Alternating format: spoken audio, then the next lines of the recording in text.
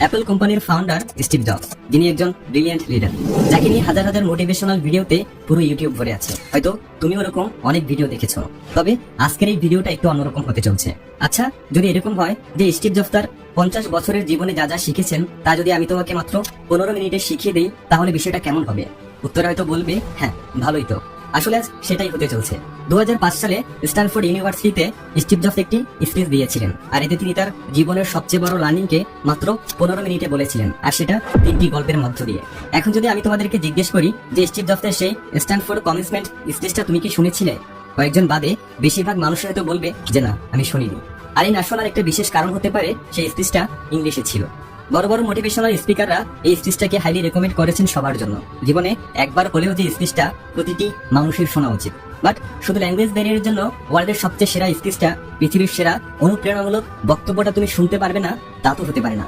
তাহলে আজ কথা সব স্টিভ জবসের। আমি শুধু ভয়েস দিয়ে বাংলায় অনেক সহজ ভাষার ব্যবহার করে সেই বক্তব্যটা তোমাদের শোনাচ্ছি, যাতে তুমি বলতে পারো যে হ্যাঁ, সেই পৃথিবী বিখ্যাত ভাষণটা আমি শুনেছিলাম। তাহলে কিছু সময়ের জন্য মনের সব চিন্তার বাইরের কোলাহল থেকে নিজেকে একটু মুক্ত করে নাও। তুমি আজ সেটাই শুনতে চলছো যার মাধ্যমে তোমার পুরো জীবনটা পরিবর্তন হয়ে যেতে পারে। চলো তাহলে শুরু করা যাক। পৃথিবীর অন্যতম শ্রেষ্ঠ বিশ্ববিদ্যালয়ে তোমাদের সমাবর্তন অনুষ্ঠানে আসতে পেরে আমি খুবই সম্মানিত বোধ করছি। সত্যি বলতে কি, আমি কখনো কোনো বিশ্ববিদ্যালয় থেকে পাশ করিনি, আর আজকেই আমি কোনো বিশ্ববিদ্যালয়ের সমাবর্তন অনুষ্ঠান সবচেয়ে কাছ থেকে দেখছি। আজ আমি তোমাদের আমার জীবনের 3টি গল্প শোনাতে চাই। আহামরি কিছু না, শুধু 3টি গল্প। প্রথম গল্পটি হচ্ছে জীবনটাকে এক সুতোয় বাঁধা নিয়ে। রিড বিশ্ববিদ্যালয়ে ভর্তির 6 মাসের মাথায় আমি পড়ালেখা ছেড়ে দিই। অবশ্য বিশ্ববিদ্যালয় পুরোপুরি ছেড়ে যাওয়ার আগে প্রায় বছর দেড়েক আমি সেখানে ছিলাম। আমি কেন পড়ালেখা ছেড়েছিলাম? ঘটনা শুরু আমার জন্মের আগে থেকে। আমার মা ছিলেন বিশ্ববিদ্যালয়ের একজন অবিবাহিতা শিক্ষার্থী। তিনি আমাকে দত্তক দিতে চাইলেন। মা আমাকে এমন পরিবারে দত্তক দিতে চাইলেন যাদের বিশ্ববিদ্যালয়ের ডিগ্রি আছে। একজন আইনজীবী ও তার স্ত্রী আমাকে দত্তক নেওয়ার জন্য রাজি হলেন। কিন্তু জন্মের পর আমার মা বাবার মনে হলো তারা আসলে একটি মেয়ে সন্তান আশা করেছিলেন। গভীর রাতে তারা সেই আইনজীবী পরিবারকে ফোন দিয়ে বললেন, অপ্রত্যাশিত ভাবে আমাদের একটি ছেলে সন্তান হয়েছে, আপনারা কি তাকে দত্তক নিতে চান? তারা বললেন অবশ্যই। আমার মা পরে জানতে পারলেন আইনজীবী পরিবারের কেউই বিশ্ববিদ্যালয় থেকে পাশ করেননি। আমার দত্তক বাবা এমনকি হাই স্কুলও পাশ করেননি। এসব জেনে আমার মা দত্তক চুক্তিপত্রে স্বাক্ষর করতে রাজি হননি। কয়েক বছর পর আমার দত্তক বাবা মা কথা দিলেন তারা অবশ্যই আমাকে বিশ্ববিদ্যালয়ে পড়াবেন, এবং সেই কথা শুনে আমার মা আমাকে দত্তক দিতে রাজি হলেন। এভাবে আমার জীবন শুরু হলো। 17 বছর পর আমি সত্যি বিশ্ববিদ্যালয়ে গিয়েছিলাম, কিন্তু আমি বোকার মতো স্ট্যানফোর্ডের মতো ব্যয়বহুল একটি বিশ্ববিদ্যালয় বেছে নিয়েছিলাম। আমার নিম্ন মধ্যবিত্ত বাবা মায়ের সব জমানো টাকা আমার পড়ালেখার পিছনে খরচ হয়ে যাচ্ছিল। 6 মাস এভাবে যাওয়ার পর আমি এর কোনো মানে খুঁজে পাচ্ছিলাম না। আমার ভবিষ্যৎ জীবন তৈরিতে সেই বিশ্ববিদ্যালয় কতটা ভূমিকা রাখবে সেটা আমি বুঝতে পারছিলাম না। অথচ আমি আমার বাবা মার সারা জীবনের জমানো টাকা লেখাপড়ার পেছনে ঢেলে দিচ্ছিলাম। তাই আমি বিশ্ববিদ্যালয় ছেড়ে দেওয়ার সিদ্ধান্ত নিলাম এবং বিশ্বাস রেখেছিলাম যেন এরপর সবকিছু ঠিকঠাক চলে। সে সময়ের প্রেক্ষিতে সিদ্ধান্তটা ভয়াবহ মনে হলেও এখন বুঝতে পারি সেটা ছিল আমার জীবনের অন্যতম সেরা সিদ্ধান্ত। পড়ালেখা বন্ধ করে দেওয়ার পরে আমি সহজেই বিরক্তিকর সব ক্লাস থেকে মুক্তি পেলাম এবং তারপর আমার পছন্দের ক্লাসগুলোতে ভর্তি হতে শুরু করলাম।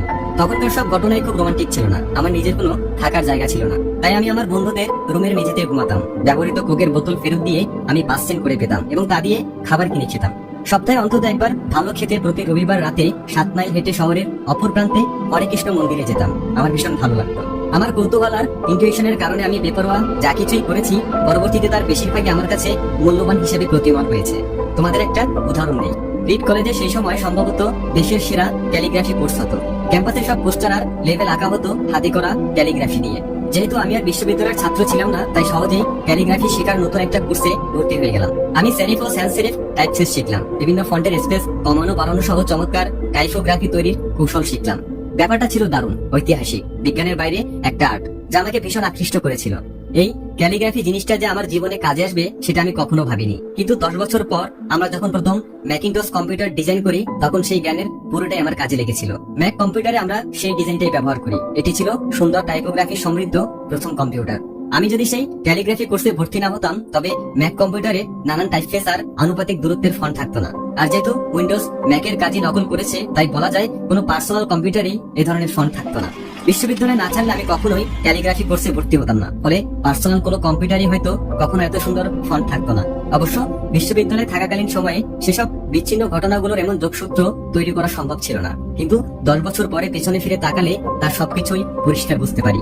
তুমি কখনোই ভবিষ্যতের দিকে তাকিয়ে অতীতের বিচ্ছিন্ন ঘটনাগুলোকে এক সুতোয় বাঁধতে পারবে না। এটা শুধুমাত্র পেছনে তাকিয়ে সম্ভব। তাই তোমাকে বিশ্বাস করতেই হবে যে বিচ্ছিন্ন সব ঘটনা ভবিষ্যতে একটা ভালো ফল তৈরি করবে। তোমাকে একটা কিছুর উপর বিশ্বাস রাখতেই হবে, তোমার নিছক ধারণা, ভাগ্য, জীবন, কর্ম, কিছু একটা। যদি তুমি বিশ্বাস করো যে জীবনের বিচ্ছিন্ন সব ঘটনা একদিন ভালো ফল বয়ে আনবে, তবেই তুমি মনের কথা মতো চলতে পারবে, আর এভাবেই তুমি সফল হতে পারবে। আমার দ্বিতীয় গল্পটি ভালোবাসা আর হারানোর গল্প। আমি ভাগ্যবান ছিলাম। জীবনের প্রথম দিকেই আমি আমার ভালোবাসার কাজ খুঁজে পেয়েছিলাম। 20 বছর বয়সে আমি আর রোজ মিলে আমাদের পারিবারিক গ্যারেজ অ্যাপেল কোম্পানি শুরু করেছিলাম। আমরা কঠোর পরিশ্রম করেছিলাম। 10 বছরের মাথায় গ্যারেজের দুইজনের কোম্পানি থেকে অ্যাপেল 4000 কর্মীর $2 বিলিয়ন কোম্পানিতে পরিণত হয়। আমার বয়স যখন 30, তার কিছুদিন আগে আমরা আমাদের সেরা কম্পিউটার ম্যাকিনটস বাজারে ছাড়ি, আর ঠিক তখনই আমার চাকরিটা চলে যায়। কিভাবে একজন তার নিজের হাতে গড়া কোম্পানি থেকে চাকরি হারাতে পারে?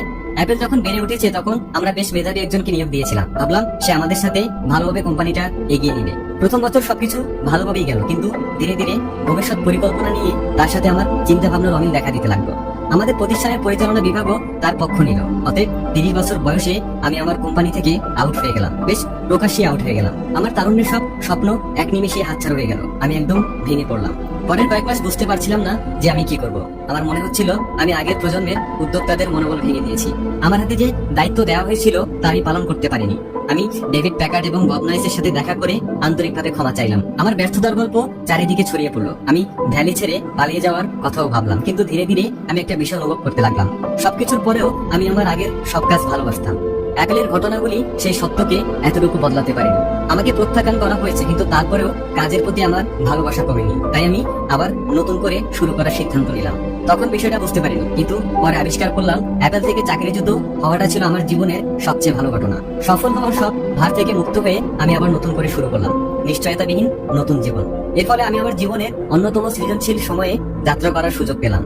পরবর্তী 5 বছর আমি নেক্সট নামে একটি কোম্পানি শুরু করি, পিকচার নামে আরো একটি কোম্পানি শুরু করি এবং প্রেমে পড়ি অসাধারণ এক মেয়ের, যে পরে আমাকে বিয়ে করেছে। পিকচার থেকে আমরা পৃথিবীর প্রথম অ্যানিমেশন ছবি টয় স্টোরি তৈরি করি। পিকচার বর্তমানে পৃথিবীর সবচেয়ে সফল অ্যানিমেশন স্টুডিও।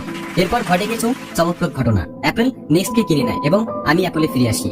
নেক্সটে আমরা যে প্রযুক্তি তৈরি করি সেটা এখন অ্যাপেলের ব্যবসার সাফল্যের একেবারে কেন্দ্রবিন্দুতে। অন্যদিকে লরেন আর আমি মিলে গড়ে তুলি একটা সুখী পরিবার। আমি নিশ্চিত এগুলোর কিছুই আমার জীবনে ঘটতো না যদি আমাকে অ্যাপল থেকে বের করে দেওয়া না হতো। এটা ছিল আমার জন্য খুব তেতো স্বাদের একটা ওষুধ, কিন্তু আমার মনে হয় রোগীর সেটা দরকারও ছিল। কখনো কখনো জীবন ইট দিয়ে তোমার মাথায় আঘাত করবে, তখন বিশ্বাস হারিও না। আমি নিশ্চিত আমি সামনে এগিয়ে যেতে পেরেছি, কারণ আমি যা করেছি ভালোবেসে করেছি।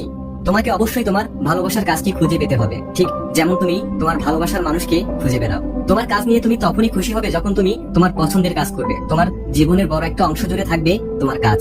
তুমি তখনই তোমার পছন্দের কাজ করতে পারবে যখন তুমি তোমার কাজকে ভালোবাসবে। যদি এখনো তোমার ভালোবাসার কাজ খুঁজে না পেয়ে থাকো, তাহলে খুঁজতে থাকো, থেমে যেও না। ভালোবাসার কাজটি খুঁজে পেলে তোমার মন তোমাকে ঠিকই তা জানিয়ে দেবে। এটা যে কোনো সম্পর্কের মতোই, যত সময় যাবে ভালোবাসার কাজটি তোমার ততই ভালো লাগবে। অতএব ভালোবাসার কাজটি খুঁজতে থাকো, থেমে যেও না। আমার শেষ গল্পটি মৃত্যু নিয়ে। আমার 17 বছর বয়সে আমি একটা লেখা করেছিলাম, তুমি যদি প্রতিটা দিন এইভাবে শুরু করো যে আজই তোমার জীবনের শেষ দিন, তাহলে একদিন নিশ্চিতভাবেই তোমার সেই ভাবনাটা সত্য হবে।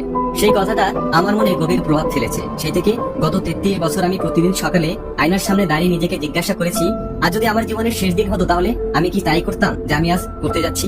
পরপর কিছুদিন যদি সেই প্রশ্নের উত্তর না হতো, তবে আমি বুঝে নিতাম আমার পরিকল্পনায় পরিবর্তন আনতে হবে। আমি শীঘ্রই মরে যাব, এই ভাবনাটি জীবনে আমাকে বড় বড় সব সিদ্ধান্ত নিতে সবচেয়ে বেশি সাহায্য করেছে।